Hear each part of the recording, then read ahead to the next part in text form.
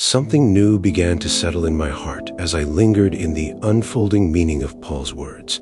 The more I pondered his longing to impart Christ and to be comforted by mutual faith, the more I realized this is not ministry, this is relationship, this is family, this is heart meeting heart. And I started to ask the Lord, what would this feel like for Paul? This isn't a man rushing to build a name for himself or to control a church. This is a man in tears, carrying within himself the fullness of Christ, not because he's special, but because he has died so deeply to himself. He is not coming to Rome as a celebrity speaker. He is coming as a brother, a father, a fellow member of Christ's body. He is coming not to take, but to give, not to perform, but to participate. And then I paused on the word established, that I may impart unto you some spiritual gift, to the end ye may be established. That word, established, feels so sturdy, like deep roots, like a house set on rock. It means to be made firm, immovable, unshaken by storm or persecution. I began to imagine the Roman Church, started by those who had encountered Christ, likely through Jews returning from Pentecost in Jerusalem, growing underground, persecuted by the empire, living in a city saturated with gods, philosophies, political terror, and 1,000 distractions. They didn't have YouTube or a Christian bookstore. They didn't have a safe place to gather in public. They had the Spirit, they had one another. But they were fragile, precious, tested. And here comes Paul, writing this letter from Corinth around AD 56, almost 3 decades after Jesus had risen and ascended, reaching out across the miles saying, I carry something in me that can help root you. I want to give it to you. Face to face, in presence, in tears, in faith.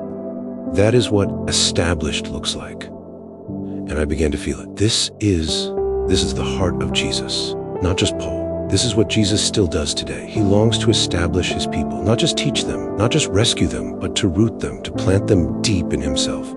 But here's the part that broke me. Paul wasn't just sent to Rome to give a seminar on spiritual gifts. He was sent to be a living importation. He himself had become the gift. Not in his own strength, but because Christ had so overtaken him that he could say, imitate me as I imitate Christ. He could say, my little children, for whom I labor in birth again until Christ be formed in you. He had been so emptied of himself that now his very being had become a channel for God's presence. And this changes everything, because now I see impartation is not a transaction, it's a transfer of life. It's not, here's a teaching, it's here's Christ in me, may he come alive in you too. This is why Paul longed to see them. He wanted to see their eyes as they received Christ more deeply. He wanted to weep with them, to embrace them, to eat with them, to hear their stories.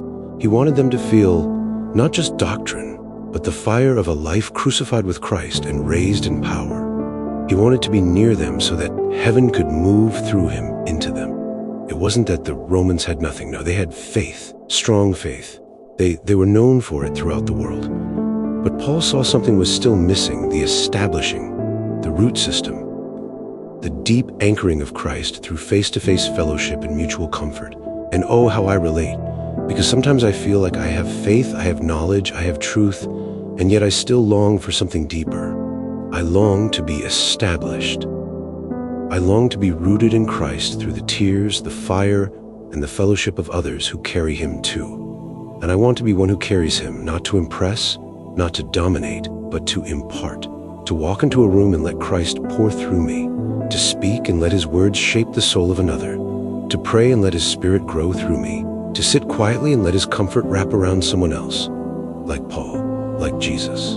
So now I begin to grasp what Paul meant by imparting some spiritual gift.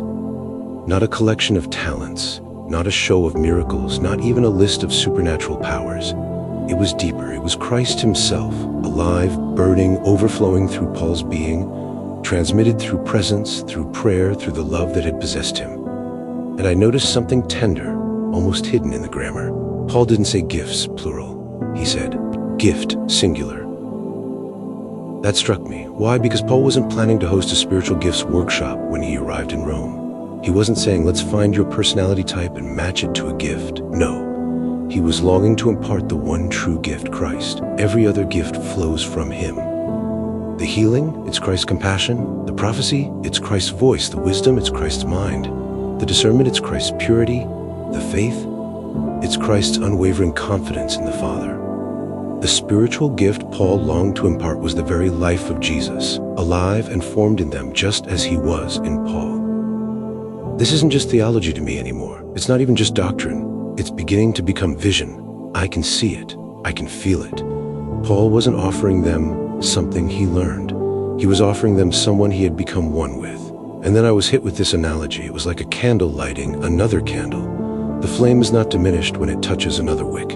It spreads, it multiplies, it warms the room. That's impartation. Christ in Paul, Christ in me, Christ in us. That is the gift. And then verse 12 becomes even more beautiful. That is, that I may be comforted together with you by the mutual faith, both of you and me. Here Paul reveals something most leaders won't say. He doesn't just want to give, he wants to receive. He doesn't just want to teach, he wants to be comforted, encouraged, strengthened. And how? By the mutual faith that lives in both of them. Not just his faith, not just his mutual faith. Something sacred happens when two people who carry Christ meet face to face and begin to pour out what they've seen, what they've suffered, what they believe. There is a comfort, a deep, soul-to-soul embrace that takes place.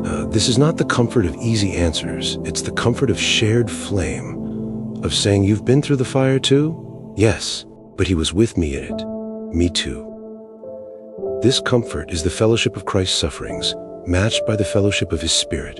It is the warmth of knowing we are not alone in the journey, not alone in the faith, not alone in the longing for more of Jesus. And I realized this is what Paul hungered for. Not to be a superstar preacher, not to dominate the conversation, but to share in the mutual encouragement of Christ alive in others. This is what my heart aches for too.